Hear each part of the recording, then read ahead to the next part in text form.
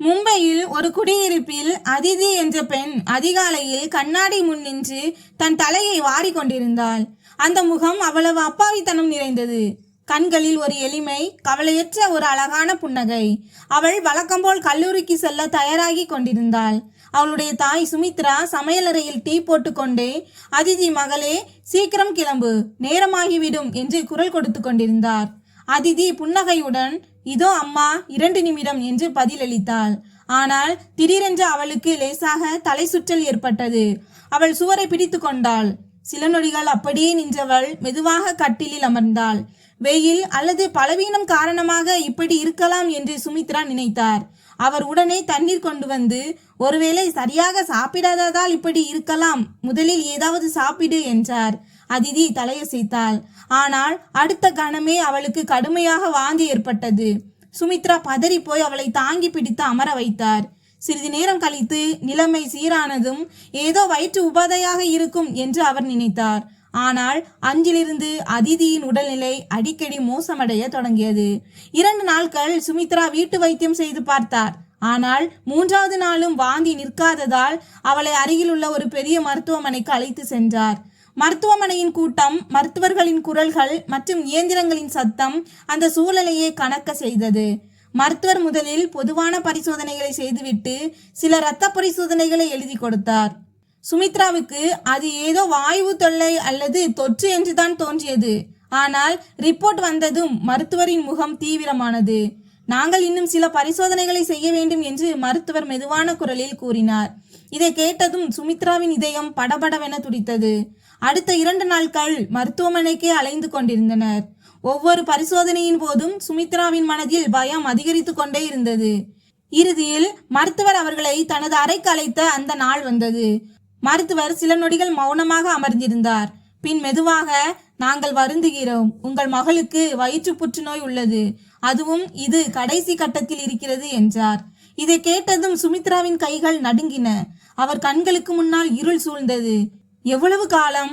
மருத்துவரே, அவளுக்கு இன்னும் எவ்வளவு காலம் இருக்கிறது என்று நடுங்கும் குரலில் கேட்டார். மருத்துவர் பெருமூச்சு விட்டு, அதிகபட்சம் 4 முதல் 6 மாதங்கள் மட்டுமே என்றார். அந்த அறையில் திடீரென்று மயான அமைதி நிலவியது. அதிதி அமைதியாக அமர்ந்திருந்தாள். அவள் முகத்தில் எந்த பதற்றமும் இல்லை. ஒரு விசித்திரமான மௌனம் மட்டுமே இருந்தது.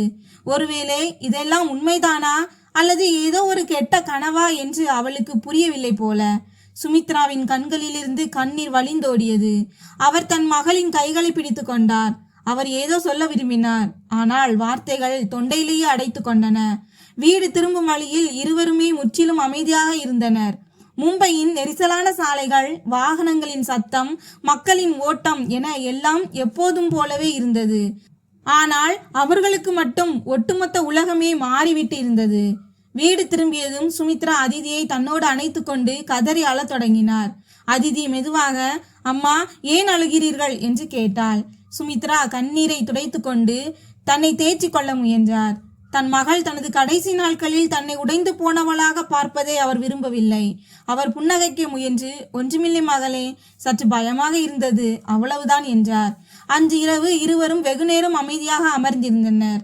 அடுத்த நாளிலிருந்து தன் மகளின் ஒவ்வொரு ஆசையையும் நிறைவேற்ற வேண்டும் என்று சுமித்ரா முடிவெடுத்தார். அவர் அதிதியின் முன் அமர்ந்து, மகளே, இனி உன் மனதிற்கு தோன்றுவதை என்னிடம் சொல். எங்கே செல்ல வேண்டும், என்ன சாப்பிட வேண்டும் என்று எதுவானாலும் சொல் என்றார். அதிதி அமைதியாக அவர் சொல்வதை கேட்டுக்கொண்டிருந்தாள். சிறிது நேரம் கழித்து அவள் மெதுவாக சொன்னாள், அம்மா, இப்போது எதையும் செய்ய தோன்றவில்லை. சுமித்ரா அவள் கையை பிடித்து கொண்டு, அப்படி நினைக்காதே, நமக்கு இன்னும் நிறைய நேரம் இருக்கிறது என்றார். அதிதி லேசாக புன்னகைத்தாள். ஆனால் அவள் கண்களில் இருந்த சோகம் தெளிவாக தெரிந்தது. அன்றிலிருந்து சுமித்ரா ஒவ்வொரு கணமும் அதிதியுடனேயே இருக்க தொடங்கினார். அவர் அலுவலகத்திற்கு விடுமுறை எடுத்துவிட்டு வீட்டிலேயே இருந்தார். அதிதியை மகிழ்ச்சியாக வைத்திருக்க அவர் முயற்சி செய்தார். ஆனால் உள்ளுக்குள் உண்மை என்ன என்பது இருவருக்குமே தெரிந்திருந்தது. ஒரு மாலை வேளையில் இருவரும் பால்கனியில் அமர்ந்திருந்தனர். முன்னே சூரியன் மறைந்து கொண்டிருந்தது. காற்று சில்லென்று வீசியது. சாலையில் மக்கள் வேலையை முடித்து திரும்பிக் கொண்டிருந்தனர். அதிதி நீண்ட நேரம் அமைதியாக அமர்ந்திருந்தாள். பிறகு மெதுவாக, அம்மா, ஒன்று கேட்கவா என்றாள். சுமித்ரா அவளை பார்த்து, கேள் மகளே என்றார். அதிதி சில நொடிகள் யோசித்தாள். பிறகு தன் பார்வையை தாழ்த்தி கொண்டு, அம்மா, ஒருவருடைய வாழ்க்கை மிக குறுகியதாகிவிட்டால் அவருக்கு தனது ஆசைகளை நிறைவேற்றிக் கொள்ளும் உரிமை இல்லையா என்று கேட்டாள். சுமித்ராவிற்கு அவள் சொல்வது புரியவில்லை. அவர் பாசத்துடன், ஏன் இருக்காது மகளே, அனைவருக்கும் அந்த உரிமை உண்டு என்றார். அதிதி பெருமூச்சு விட்டாள். அம்மா, நான் இதுவரை யாரையும் நேசித்ததில்லை. எந்த ஒரு பையனுடனும் நட்பாக கூட இருந்ததில்லை. கல்லூரியில் எல்லோருக்கும் ஒவ்வொரு காதல் கதைகள் உண்டு. ஆனால் என் வாழ்க்கை எப்போதும் வெறுமையாகவே இருந்தது என்றாள். சுமித்ரா மௌனமானார். அதிதியின் குரல் இப்போது இன்னும் மெலிதாக ஒலித்தது. நான் நிஜமாகவே இன்னும் சில மாதங்களில் மறைந்துவிடப் போகிறேன் என்றாள். ஒரே ஒரு முறை யாராவது ஒருவர் காட்டும் அன்பை உணர விரும்புகிறேன். இதை கேட்டதும் சுமித்ரா சிலையாக உறைந்து போனார். அவர் தன் மகளை பார்த்தார். அதிதியின் கண்களில் கண்ணீர் இருந்தது. ஆனால் அதில் எந்த வெட்கமும் இல்லை. அவள் தன் மனதின் உண்மையை மட்டுமே சொல்லிக் கொண்டிருந்தாள். சுமித்ராவால் வார்த்தைகளை திரட்ட முடியவில்லை. சிறிது நேரம் கழித்து அவர் அதிதியை பிடித்து கொண்டார். அன்று இரவு சுமித்ராவால் உறங்க முடியவில்லை. அவர் மனதில் ஒரே ஒரு கேள்விதான் ஓடிக்கொண்டிருந்தது. தன் மகளின் இந்த கடைசி ஆசையை அவரால் நிறைவேற்ற முடியுமா? அடுத்த நாள் காலை விடிந்ததும் தன் வாழ்க்கையில் ஒருபோதும் நினைத்து பார்த்திராத ஒரு முடிவை அவர் எடுத்தார். அவர் தனது மடிக்கணினியை திறந்து இணையத்தில் ஒரு புதிய சுய விவரத்தை உருவாக்க தொடங்கினார். சுமித்ராவின் கைகள் லேசாக நடுங்கின. தன் வாழ்நாளில் இது போன்ற ஒரு காரியத்தை அவர் செய்ததே இல்லை. ஆனால் அந்த நேரத்தில் அவர் முன்னால் இருந்தது ஒன்றே ஒன்றுதான், தன் மகளின் கடைசி ஆசை. திரையில் புதிய கணக்கை உருவாக்கும் போது அவர் பலமுறை தயங்கி நின்றார். இது சரியா? மக்கள் இதை கேலி செய்வார்களா? யாராவது இந்த நிலையை புரிந்து கொள்வார்களா? ஆனால் ஒவ்வொரு முறையும் அவர் முன்னால் அதிதியின் சோகமான முகம் வந்து சென்றது. அவர் மீண்டும் தட்டச்சு செய்ய தொடங்கினார். அவர் அதிதியின் ஒரு சாதாரண புகைப்படத்தை பதிவேற்றினார். அந்த படத்தில் அதிதி புன்னகைத்துக் கொண்டிருந்தாள். அந்த புன்னகை தனக்கு நோய் இருப்பதே தெரியாத ஒருவரின் புன்னகையை போல அத்தனை அழகாக இருந்தது. அதன் பிறகு சுமித்ரா சிந்தித்து சில வரிகளை எழுதினார். தன் மகள் ஒரு கொடிய நோயுடன் போராடி வருவதையும் அவளுக்கு மிக குறைந்த காலமே மிச்சம் இருப்பதையும் வெளிப்படையாக எழுதினார். அதிதி இதுவரை யாரையும் நேசித்ததில்லை என்றும் அவளுடைய கடைசி ஆசை யாராவது ஒரு நபர் சிறிது காலத்திற்கு அவளுடன் உண்மையான அன்போடு இருக்க வேண்டும் என்பதும் தான் என்றும் எழுதினார். சுமித்ரா இதையும் குறிப்பிட்டார். அவர் யாரிடமும் திருமணத்திற்காக கேட்கவில்லை. தன் மகளுக்கு சிறிது அன்பையும் துணையையும் தரக்கூடிய ஒரு மனிதர் மட்டுமே தேவை என்று எழுதினார். இதையெல்லாம் எழுதும்போது பலமுறை அவர் கண்களிலிருந்து கண்ணீர் சிந்தியது. ஆனால் தன்னை தேற்றிக்கொண்டு இறுதியாக அந்த பதிவை வெளியிட்டார். ஆரம்பத்தில் சில மணி நேரங்கள் எந்த பதிலும் வரவில்லை. சுமித்ரா அடிக்கடி போனை பார்த்து கொண்டே இருந்தார். யாராவது இப்படிப்பட்ட ஒரு விஷயத்தை தீவிரமாக எடுத்துக்கொள்வார்களா என்ற எதிர்பார்ப்பு கூட அவரிடம் இல்லை. ஆனால் மாலை நெருங்க நெருங்க திடீரென போனில் அறிவிப்புகள் வர தொடங்கின. பலரும் அந்த சுய விவரத்தை பார்த்திருந்தனர். சிலர் செய்திகளும் அனுப்பியிருந்தனர். ஆரம்பத்தில் சுமித்ராவுக்கு சற்று ஒருவேளை ஏதேனும் ஒரு புரிதலுள்ள மனிதர் கிடைப்பார் என்ற நம்பிக்கை பிறக்க தொடங்கியது. ஆனால் அவர் வரத் தொடங்கிய செய்திகளை படிக்க ஆரம்பித்ததும் மனம் உடைந்து போனார். பலரும் கிண்டல் செய்து கொண்டிருந்தனர். சிலர் விசித்திரமான கேள்விகளை கேட்டுக்கொண்டிருந்தனர். இன்னும் சிலரோ புகைப்படத்தை மட்டும் பார்த்துவிட்டு பேச துடித்தனர். சுமித்ரா அத்தகைய செய்திகளை உடனடியாக புறக்கணித்தார். இருப்பினும் ஒரு சிலர் ஆரம்பத்தில் சரியானவர்களாக தெரிந்தனர். அவர்கள் பேச தொடங்கினர். ஆனால் சுமித்ரா அதிதியின் நோயை பற்றி சொன்ன அடுத்த கணமே அவர்கள் மெல்ல மெல்ல மறைந்து போயினர். சிலர் இது மிகவும் கடினமான விஷயம் என்றனர். சிலர் தங்களால் இந்த பொறுப்பை சுமக்க முடியாது என்றனர். இன்னும் சிலரோ எந்த பதிலும் சொல்லாமல் தொடர்பை துண்டித்து கொண்டனர். நாட்கள் உருண்டோடின. மெல்ல மெல்ல ஒரு வாரம் கடந்தது. பிறகு 2 வாரங்களும் கடந்தன. அதிதிக்கு இந்த சுய விவரத்தை பற்றி தெரிந்திருந்தது. ஆனால் அவள் பெரிய அளவில் எதையும் எதிர்பார்க்கவில்லை. அவள் அடிக்கடி சுமித்ராவிடம், அம்மா விட்டுவிடுங்கள், ஒருவேளை இதெல்லாம் நடக்கவே கூடாது போலிருக்கிறது என்று சொல்வாள். ஆனால் சுமித்ரா தோல்வியை ஒப்புக்கொள்ளும் ஆள் இல்லை. அவர் ஒவ்வொரு நாளும் போனை பார்ப்பார். ஒவ்வொரு புதிய செய்தியையும் படிப்பார். இன்று ஒரு சரியான நபர் கிடைப்பார் என்று நம்பினார். காலம் மெல்ல நகர்ந்தது. ஒரு நாள் இரவு சுமித்ரா போனை பார்த்து கொண்டிருந்த போது திடீரென ஒரு புதிய செய்தி வந்தது. அது ராகுல் என்ற ஒரு நபரிடமிருந்து வந்தது. அவர் மிகவும் சாதாரணமாக எழுதியிருந்தார். நான் உங்கள் பதிவை படித்தேன். நீங்கள் விரும்பினால் நாம் பேசலாம். சுமித்ரா உடனடியாக பதிலளிக்கவில்லை. ஏற்கனவே பலமுறை ஏமாற்றம் அடைந்திருந்ததால் முதலில் அவருடைய சுய விவரத்தை பார்க்க நினைத்தார். ராகுலின் சுய விவரம் மிகவும் எளிமையாக இருந்தது. அதில் எந்த ஆரவாரமும் இல்லை. அவர் பூனேவில் வசிக்கும் மென்பொருள் பொறியாளர் என்றும் அவருக்கு வயது 32 என்றும் குறிப்பிட்டிருந்தார். சுமித்ரா சிறிது யோசனைக்கு பிறகு பதில் அனுப்பினார். சிறிது நேரத்தில் இருவருக்கும் இடையே உரையாடல் தொடங்கியது. ராகுல் முதலில் கேட்ட கேள்வி இந்த கதை உண்மையா என்பதுதான். சுமித்ரா எதையும் மறைக்காமல் முழு உண்மையையும் சொன்னார். மருத்துவமனை அறிக்கைகளை கூட காட்டினார். வெகுநேரம் வரை ராகுலிடமிருந்து எந்த பதிலும் வரவில்லை. மற்றவர்களைப் போலவே இவரும் விலகி சென்று விட்டார் என்று சுமித்ரா நினைத்தார். ஆனால் சிறிது நேரம் கழித்து மீண்டும் செய்தி வந்தது. ராகுல் எழுதினார், இதை படிக்க எனக்கு மிகவும் வருத்தமாக இருக்கிறது. அவர் பல கேள்விகளை கேட்டார். அதிதியை பற்றி அவர் அறிய விரும்பினார். அவளுடைய படிப்பு, அவளுக்கு பிடித்த விஷயங்கள், அவளுடைய குணம் என அனைத்தையும் கேட்டார். சுமித்ராவுக்கு முதல் முறையாக எதிரே இருப்பவர் உண்மையிலேயே புரிந்து கொள்ள முயற்சிப்பதாக தோன்றியது. அடுத்த சில நாட்களில் ராகுலுக்கும் அதிதிக்கும் இடையேயும் பேச்சுவார்த்தை தொடங்கியது. ஆரம்பத்தில் அதிதி சற்று தயங்கினாள். முன்பின் தெரியாத ஒரு நபரிடம் வெளிப்படையாக பேசுவது அவளுக்கு பழக்கமில்லை. ஆனால் ராகுல் மிகவும் அமைதியாகவும் நிதானமாகவும் பேசினார். அவர் ஒருபோதும் சங்கடமான கேள்விகளை கேட்டதில்லை. மெல்ல மெல்ல அதிதிக்கு அவரிடம் பேசுவது பிடிக்க தொடங்கியது. பல நேரங்களில் இருவரும் மணிக்கணக்கில் தொலைபேசியில் பேசினார்கள். அதிதி முதல் முறையாக ஒரு பையனிடம் இவ்வளவு வெளிப்படையாக பேசிக் கொண்டிருந்தாள். தனது சின்னஞ்சிறு விஷயங்களை கூட அவள் ராகுலிடம் பகிர தொடங்கினாள். இதையெல்லாம் பார்த்து சுமித்ரா சற்று நிம்மதி அடைந்தார். ஒரு நாள் ராகுல் திடீரென்று நான் உங்கள் இருவரையும் நேரில் சந்திக்க விரும்புகிறேன் என்றார். இதை கேட்டதும் அதிதியும் சுமித்ராவும் அதிர்ச்சி அடைந்தனர். அதிதி ஆனால் ஏன் என்று கேட்டாள். அதற்கு ராகுல் மிகவும் எளிமையான ஒரு பதிலை கூறினார். ஏனென்றால் ஒரு மனிதரை புரிந்து கொள்வதற்கு அவரை நேரில் சந்திப்பது அவசியம். சில நொடிகள் அந்த அறையில் மௌனம் நிலவியது. என்ன பதில் சொல்வதென்று அதிதிக்கு தெரியவில்லை. அவள் மெதுவாக ஆனால் என்னால் அதிகம் வெளியே வர முடியாது என்றாள். ராகுல் உடனடியாக அப்படியானால் நானே மும்பைக்கு வருகிறேன் என்றார். இதை கேட்டதும் சுமித்ரா வியப்புடன் அதிதியை பார்த்தார். ஒரு அந்நியன் இப்படி எதை பற்றியும் யோசிக்காமல் நேரில் சந்திக்க வருவது இருவருக்குமே புதிய விஷயமாக இருந்தது. ஆனால் ராகுலின் குரலில் ஒரு விசித்திரமான நம்பிக்கை இருந்தது. அடுத்த நாளே ராகுல் தான் மும்பை வருவதற்கான பயணச்சீட்டை முன்பதிவு செய்துவிட்டதாக தகவல் அனுப்பினார். இப்போது முதல் முறையாக அதிதியின் இதயத்தில் ஒரு லேசான பதற்றம் உருவானது. வரப்போகும் நாள் அவளது வாழ்க்கையில் எதை மாற்றப் போகிறது என்பது அவளுக்கு புரியவில்லை. ஆனால் தான் காத்திருக்கும் அந்த சந்திப்பு தன் வாழ்க்கையையே மாற்றப் போகிறது என்பதை அவள் அறிந்திருக்கவில்லை. அடுத்த 2 நாட்கள் அதிதிக்கு மிகவும் விசித்திரமாக இருந்தன. அவள் மனதில் பலவிதமான கேள்விகள் ஓடிக்கொண்டிருந்தன. சில நேரங்களில் இதெல்லாம் சரியல்ல என்று தோன்றியது.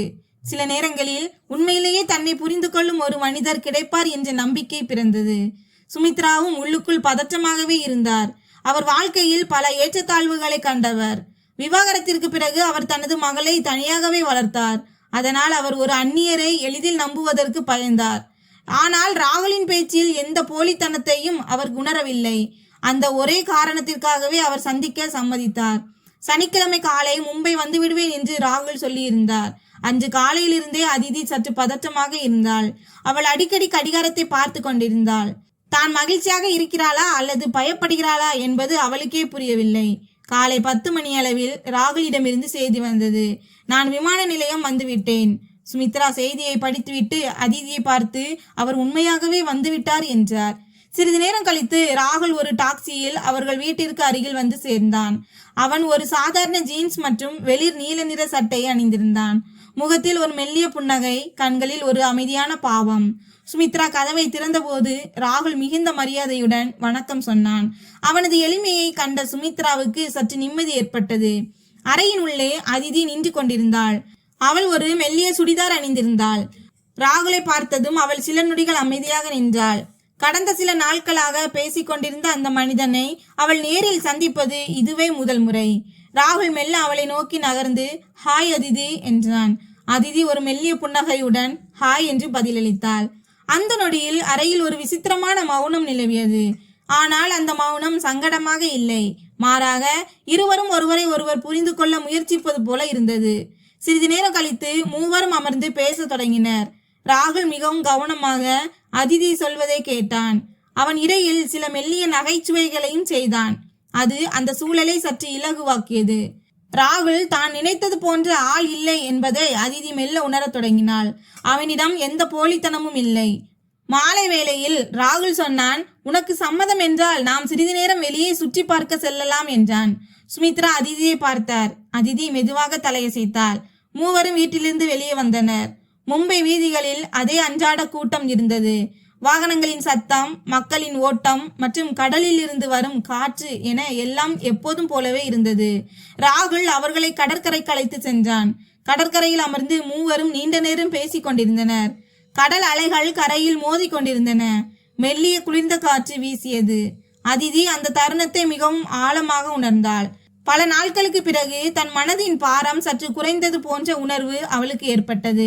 ராகுல் மெதுவாக, உனக்கு இங்கே பிடித்துள்ளதா என்று கேட்டான். அதிதி புன்னகையுடன், மிகவும் பிடித்துள்ளது என்றாள். ராகுல் அவளை பார்த்து, உனக்கு தெரியுமா, நீ நினைப்பதை விட நீ மிகவும் வலிமையானவள் என்றான். அதிதி எதுவும் சொல்லவில்லை. ஆனால் அவள் கண்களில் ஒரு மெல்லிய பிரகாசம் தெரிந்தது. அன்றிலிருந்து ராகுல் தினமும் அவளை சந்திக்க வர தொடங்கினான். சில நேரங்களில் அவன் அதிதியை கடற்கரைக்கு அழைத்து செல்வான். சில நேரங்களில் அருகிலுள்ள பூங்காவில் அமர்ந்து பேசிக் கொண்டிருப்பான். அதிதி அதிகமாக களைப்படையாமல் இருப்பதை அவன் எப்போதும் கவனித்துக் கொண்டான். மெல்ல மெல்ல அதிதியின் தயக்கம் மறைய தொடங்கியது. இப்போது அவள் ராகுலிடம் எதையும் மறைக்காமல் பேசினாள். அவள் தனது சிறுவயது நினைவுகள், கல்லூரி அனுபவங்கள், சின்ன சின்ன கதைகளை சொல்வாள். பல நேரங்களில் தனது நிறைவேறாத ஆசைகளை பற்றியும் பகிர்ந்து கொள்வாள். ராகுல் எதையும் பேசாமல் அமைதியாக கேட்டுக்கொண்டிருப்பான். ஒரு நாள் மாலை இருவரும் பால்கனியில் அமர்ந்திருந்த போது அதிதி திடீரென்று மௌனமானாள். சிறிது நேரம் கழித்து மெதுவாக, ராகுல், நான் மட்டும் நலமாக இருந்திருந்தாள் என்றாள். ராகுல் அவளை பார்த்து, யாருடைய வாழ்க்கையும் எப்போதும் ஒரே சீராக இருப்பதில்லை என்றான். அதிதியின் கண்களில் கண்ணீர் முட்டியது. அவள், யாரோ ஒருவரின் அன்பு எனக்கு கிடைத்தது இல்லை என்பதுதான் எனக்கு பெரிய வருத்தமாக இருக்கிறது என்றாள். ராகுல் சில நொடிகள் அமைதியாக இருந்தான். பிறகு மிகவும் மெதுவாக, அன்பை பெறுவதற்கு ஒரு முழு வாழ்க்கை தேவையில்லை, சில நேரங்களில் சில கணங்களே போதுமானது என்றான். அதிதி அவனை பார்த்தாள். அவள் முகத்தில் முதல் முறையாக ஒரு உண்மையான புன்னகை தெரிந்தது. ஆனால் அன்று இரவு ராகுல் கிளம்பும் போது சுமித்ரா அவனை கதவு வரை வந்து வழி அனுப்பினார். சில நொடிகள் இருவரும் மௌனமாக இருந்தனர். பிறகு சுமித்ரா மெதுவான குரலில், நீ ஏன் இதையெல்லாம் செய்கிறாய் என்று எனக்கு தெரியவில்லை. ஆனால் என் மகள் பல நாட்களுக்கு பிறகு இப்போதுதான் புன்னகைக்கிறாள் என்றார். ராகுல் அமைதியான குரலில், சில நேரங்களில் ஒருவரின் புன்னகையே மிகப்பெரிய காரணமாக மாறிவிடுகிறது என்று பதிலளித்தான். அன்று இரவு அதிதி வெகுநேரம் உறங்காமல் விழித்திருந்தாள். அவள் மனதில் பல எண்ணங்கள் ஓடிக்கொண்டிருந்தன. அவள் ஜன்னல் ஓரம் அமர்ந்து கடலை பார்த்து கொண்டிருந்தாள். அவள் மனதில் ஒரே ஒரு கேள்விதான் சுழன்று கொண்டிருந்தது. நிஜமாகவே ஒரு மனிதன் இவ்வளவு உண்மையாக இருக்க முடியுமா? அல்லது இதெல்லாம் எப்போது வேண்டுமானாலும் கலைந்து போகக்கூடிய ஒரு அழகான கனவா? அடுத்த நாள் காலை ராகுல் வழக்கம் போல் அவர்கள் வீட்டிற்கு வந்தான். அவன் முகத்தில் அதே அமைதியான புன்னகை. வந்ததும் அதிதியிடம், இன்று எப்படி இருக்கிறாய் என்று கேட்டான். அதிதி மெல்லிய புன்னகையுடன், இன்று சற்று நன்றாக உணர்கிறேன் என்றாள். சுமித்ரா சமையல் அறையிலிருந்து தேநீர் கொண்டு வந்தார். மூவரும் அமர்ந்து பேச தொடங்கினர். இப்போது வீட்டின் சூழல் முன்பை போல சோகமாக இல்லை. ராகுலின் வருகை அந்த வீட்டிற்கு ஒரு புதிய உயிர் ஓட்டத்தை தந்திருந்தது. நாட்கள் மெல்ல நகர்ந்தன. ராகுல் இப்போது சந்திப்பதற்காக மட்டும் வரவில்லை, மாறாக ஒவ்வொரு சிறு விஷயத்தையும் கவனித்துக் கொண்டான். அவன் அதிதியின் மருந்து நேரங்களை கவனித்தான். அவளை வெளியே காற்று வாங்குவதற்கு அழைத்து சென்றான். அவள் சோகமாக இருக்கக்கூடாது என்பதில் கண்ணும் கருத்துமாக இருந்தான். அதிதியும் இப்போது அவனிடம் முழுமையாக பழகத் தொடங்கினாள். அவள் தனது சிறுவயது நினைவுகள், கல்லூரி நிகழ்வுகள் மற்றும் பல நேரங்களில் தன் மனதிலுள்ள பயத்தையும் பகிர்ந்து கொண்டாள். ஒரு மாலை வேளையில் இருவரும் கடற்கரையில் அமர்ந்திருந்தனர். கடல் அலைகள் மெதுவாக கரையை தொட்டு சென்றன. வானத்தில் சூரியன் மறைந்து கொண்டிருந்தது. காற்றில் லேசான குளிர் இருந்தது. அதிதி நீண்ட நேரம் கடலையே பார்த்து கொண்டிருந்தாள். பிறகு மெதுவாக, ராகுல், என் வாழ்க்கை இன்னும் கொஞ்சம் நீளமானதாக இருந்திருந்தால் ஒருவேளை நானும் மற்றவர்களைப் போல கனவுகள் கண்டிருப்பேன்.